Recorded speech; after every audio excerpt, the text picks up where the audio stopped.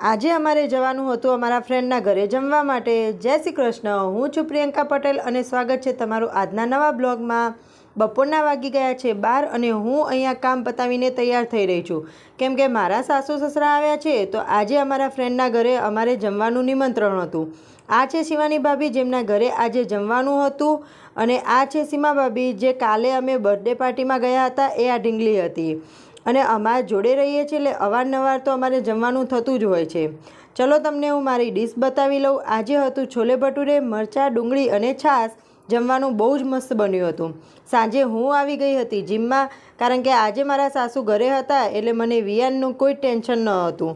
આવી ત્યારે તેમને બધાને ખાઈ લીધું હતું અને મારે અને આદિત્યને બંનેને બાકી હતું, તો મેં અમારા બંને માટે મસાલા સિંગ બનાવી લીધી, કેમ કે આદિત્યને પણ આજે સોમવારનો ઉપવાસ હતો। ચલો હવે કાલે મળીશું નવા વિડીયો અને નવા દિવસે। જય શ્રી કૃષ્ણ।